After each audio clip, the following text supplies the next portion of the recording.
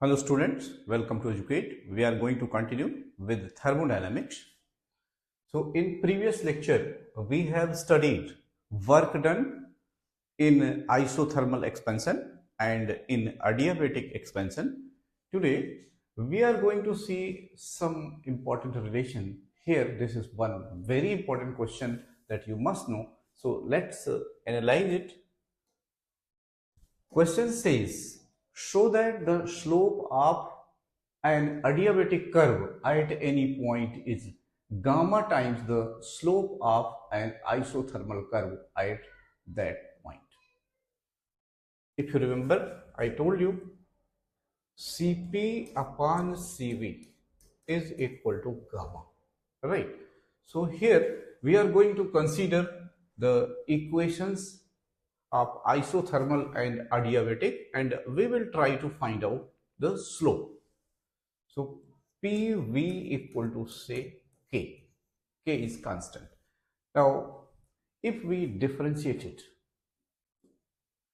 here product rule is being applied, d upon dx of, if there are two functions, then first function left, second function is differentiated, and then second function is left, first function is differentiated, right? So here basis is given, means with respect to x, but in this question nothing is given, so we just differentiate first one, we leave first one, second will be differentiated, then second one will be left and first one will be differentiated, and differentiation of k will be 0, right? And now, is it correct? No. P is left, V is differentiated, V is left, P is differentiated, right? Now, shift this to RHS, V dP equal to minus P dV, right? Or dP upon dV will be minus P upon V, right? So this is slope of which curve? Isothermal curve, because we have considered this equation, which is equation of a state for an isothermal process. Now we are going to consider adiabatic process. So for adiabatic process, what is equation of state? PV power gamma equal to constant, right? PV power gamma equal to constant. Here again we are going to differentiate, so leaving P, differentiating V, so gamma of V power gamma minus 1, then you have to write dV, then leaving V power gamma intact, differentiating P dP, and this is constant, so its differentiation will be 0. Now, our concern is to get dP upon dV, so we can shift this to RHS. So what do we get? V power gamma dP is equal to minus gamma P V power gamma minus 1 and dV. Up to here there is no problem. Now, if we divide each term by V power gamma, what do we get? If V power gamma we put here, so we will get dP, this will cancel out, and this will be minus gamma, and here we will get P, and this is V power gamma minus 1 divided by V power gamma will give 1 upon V and dB. Any problem? Now we are going to divide by dV. So if we divide by dV, we will get dP upon dV is equal to minus gamma P upon V. So what is the relation? This is slope of adiabatic curve and this is slope of isothermal curve.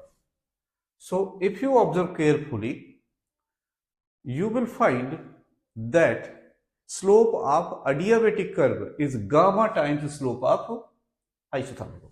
So you can say slope of adiabatic curve is equal to gamma times slope of isothermal curve.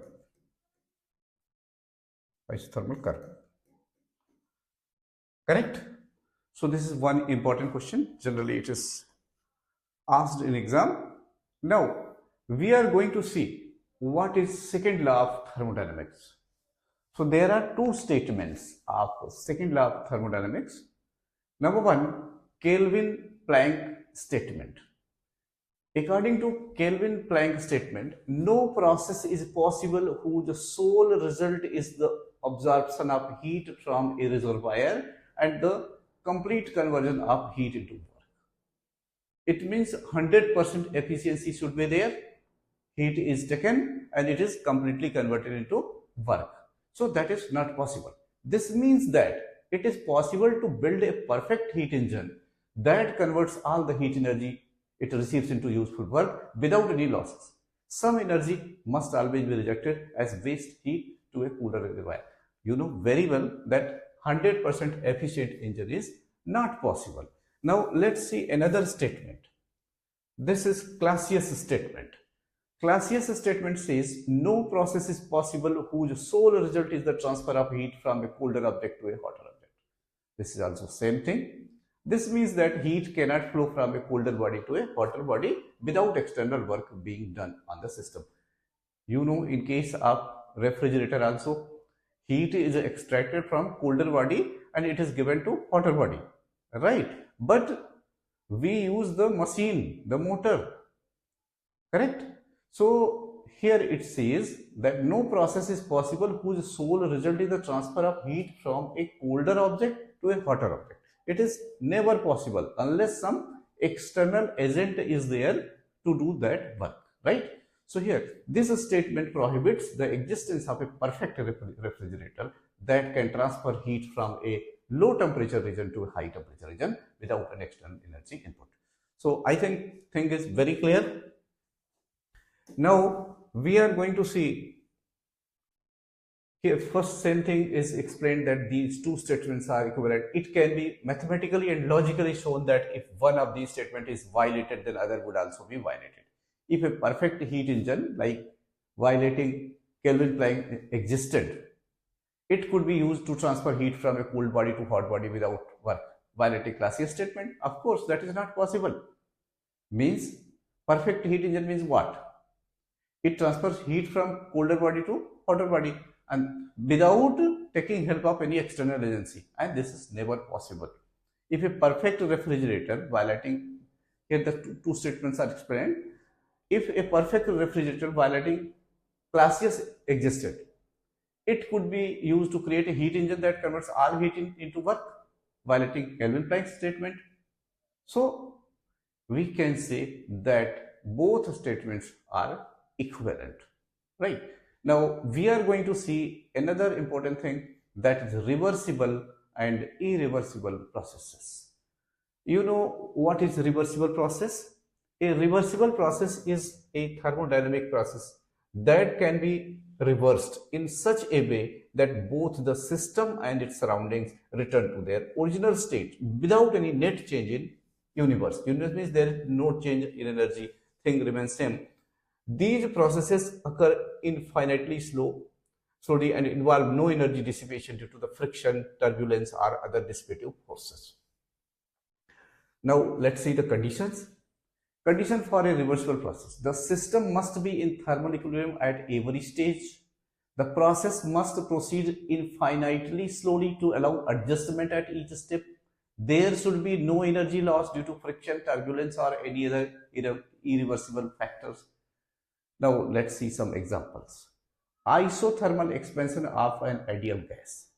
A gas expanding in a cylinder with a frictionless piston while in thermal equilibrium with a heat reservoir. Here this is a reversible process. Another reversible process is slow compression of a gas. If a gas is compressed slowly enough that it remains in thermal equilibrium at every point, then it is reversible. Now comes irreversible process. An irreversible process is a thermodynamic process that cannot be exactly reversed, meaning that both the system and surroundings cannot return to their initial states without permanent changes in the universe. Most real life processes are irreversible due to energy dissipation and entropy increase. We will study about entropy. Entropy is the measurement of randomness. Now, causes of irreversibility. Of course, there will be friction and viscosity. Energy is lost as heat due to mechanical resistance. Then rapid processes, sudden changes do not allow the system to maintain equilibrium. Then uncontrolled expansion, free expansion of gas into a vacuum is highly irreversible. Then natural process, heat transfer from hot object to cooled one is always irreversible. Reverse is not possible. Now, examples of irreversible processes. Free expansion of a gas. When gas expands into a vacuum without external pressure, it cannot be reversed. Then combustion reaction, like the burning of fuel produces heat and gases that cannot be returned to their original form. And then heat transfer due to temperature difference. When a hot object cools in the air, the heat lost to the surroundings cannot be completely recovered. Mixing of two substances, when two gases or liquids mix, they do not spontaneously separate back into their pure form. So these are some examples of irreversible processes. Now we are going to see what is Carnot engine. So Carnot engine consists of, there will be source, means this is source at temperature T1, means temperature is very high. There is insulating stand, and there will be sink. Sink means temperature will be very low. Here, whatever amount of heat you extract, still temperature will remain same. Here, whatever amount of heat you give to this sink, its temperature will not change. This is insulated stand, and there is a piston and a cylinder. This contains some working substance. It can have some gases, right? So we will try to put it here, then it will absorb heat. Then we will consider that isothermal expansion, then we will put it here, then we will put it here and back here. So these 4 steps we are going to take one by one. So here in the diagram you will see the same thing and we will analyze, but keep in mind we have already studied the equations for isothermal expansion and adiabatic expansion, and the corresponding values for when we talk about isothermal compression, it means whatever equation we have got, change its sign. Similarly, if you are talking about adiabatic expansion, if it is positive, then compression will be negative. So we will use those derivations, those expressions or results that we have already derived. So I will assume that you have seen the previous lecture and you have a good idea about the equations of work done in case of isothermal expansion or adiabatic expansion. Now let's analyze steps isothermal expansion.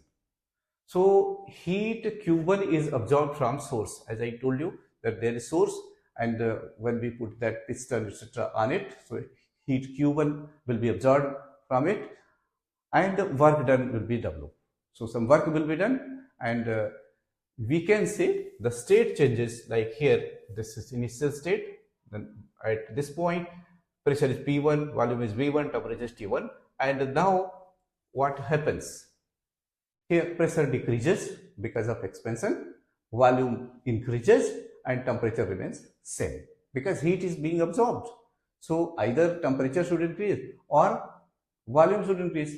One thing should be there, otherwise some violation will be there. So here P1 V1 T1 equal to to P2 V2 T1. This is first step. Now we have to write the expression for work done during process PV, right? So we have already done that work done during isothermal expansion is given by nRT1 log V2 upon V1, correct? So up to here there is no problem. Now we are talking about this portion. Here adiabatic expansion is taking place. It means temperature will change, volume will change, pressure will change. So we reach here.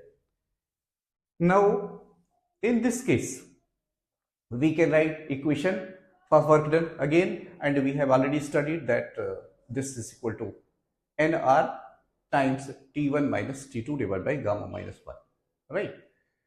Then comes next step. This is isothermal compression. Same expression as you have done earlier in first part, but write with negative sign. So here state changes from P3, V3, T2 and P4, V4 and T2, right?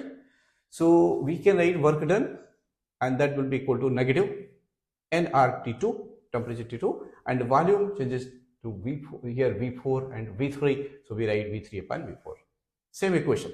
Now then comes next point is here adiabatic compression. Adiabatic expansion, whatever equation you have written, just write it in negative, right? So since adiabatic expansion has equation nRT1 minus T2 divided by gamma minus 1, the same thing should be written with the negative sign.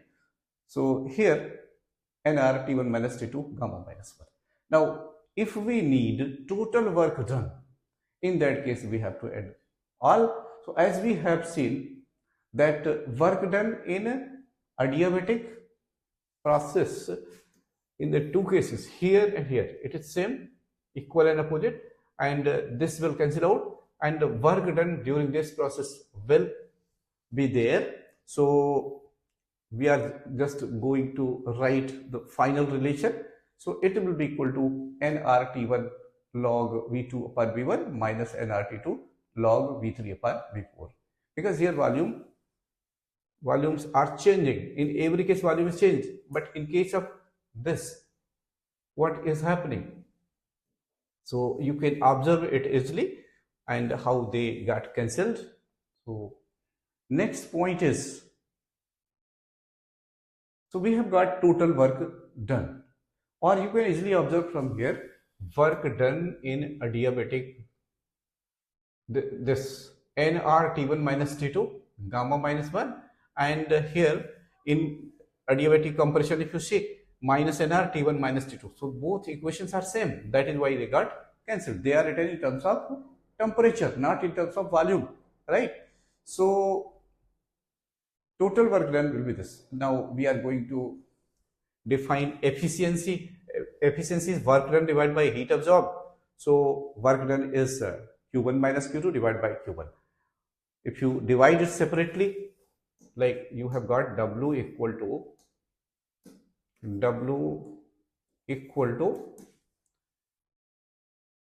here, if eta we are going to define, so W divided by Q1, and W is Q1 minus Q2 divided by Q1, or you can write it Q1 upon Q1, so Q1 upon Q1 minus Q2 upon Q1, or you can write it 1 minus Q2 upon Q1, and we can replace energy in terms of temperature.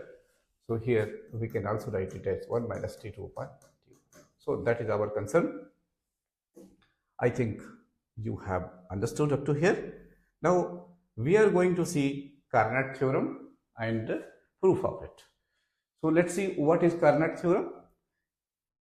Carnot theorem states that no engine working between two given temperatures can have efficiency greater than that of Carnot engine working between same two temperatures, and the efficiency of Carnot engine is independent of nature of the working substance. So here they mean that Carnot engine is most efficient, right? And Carnot engine does not depend on the nature of working substances. So here, to prove this, we are going to consider this is irreversible engine and this is reversible engine.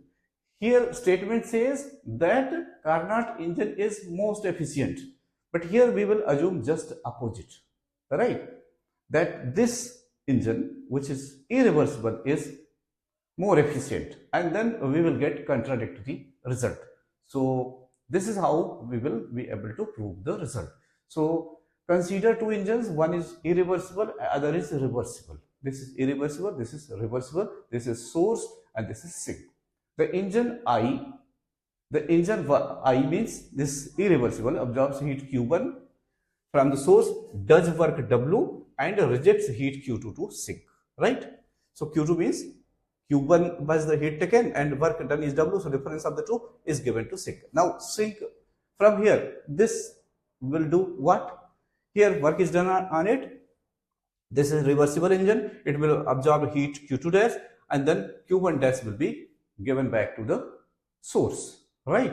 So the same thing is written here, efficiency of engine first, so we write it eta times, this is notation I, W upon Q1, so W is work done and energy absorbed is Q1. So either we write W equal Q1 minus Q2 divided by Q1. Similarly, the engine R absorbs, as I told you, that Q2 dash from sink, this is the heat absorbed and then work done is W on it, and is heat rejected will be Q1 dash to the source, right?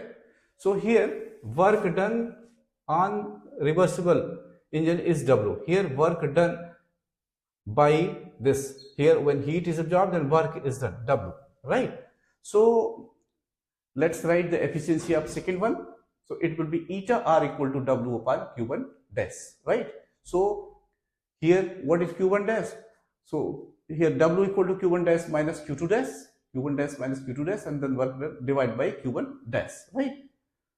Now we are assuming that you have understood the equation. Here in terms of dash, the same thing is written, Q1 dash minus Q2 dash, heat is taken from here, work is done, and here Q1 dash heat is rejected. So now we are assuming that first one is more efficient. We have to prove that this result is wrong. So we are writing this in terms of efficiency, eta I is greater than eta R. So these things can be compared, right?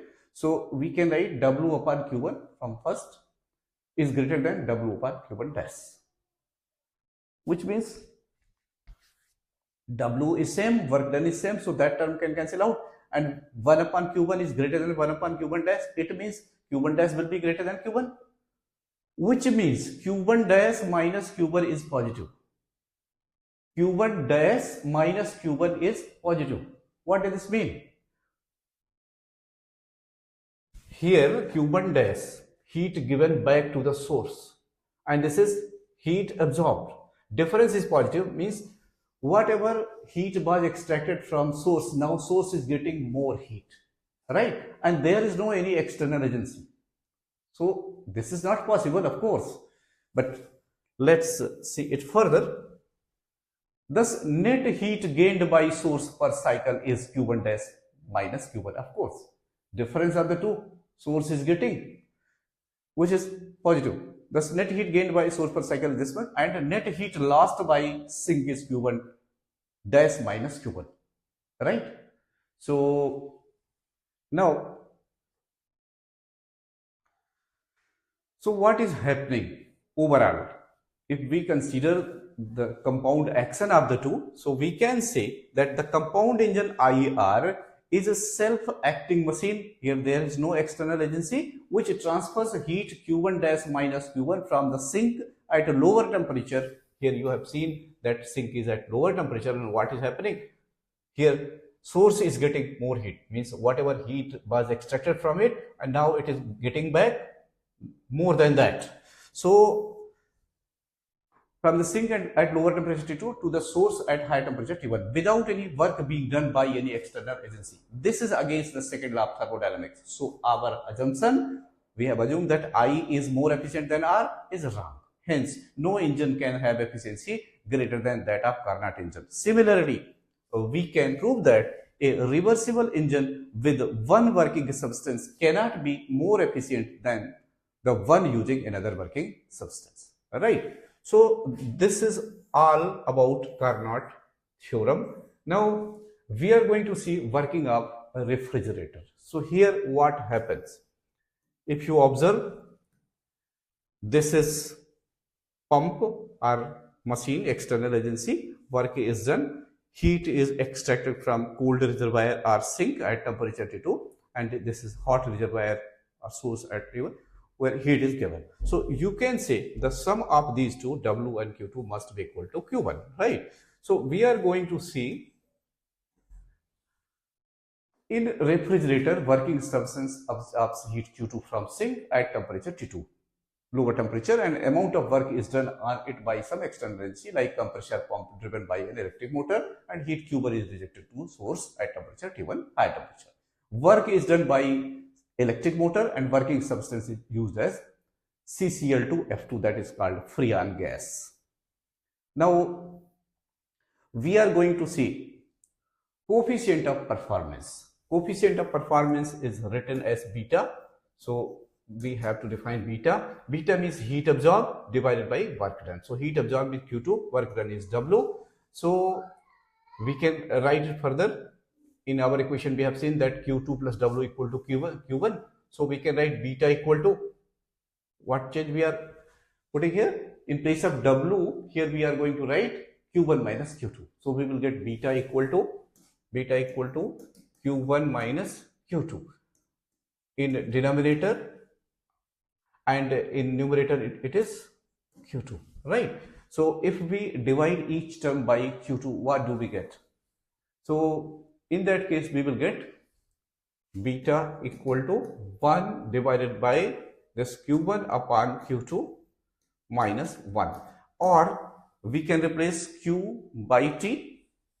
So beta will be equal to 1 upon T1 upon T2 minus 1, which can be further written as T2 upon T1 minus T2, right? So this is coefficient of performance. So this is all in this lecture. We will do numericals of NCERT textbook in next lecture. Till then, bye. Thank you for watching. Team Educate.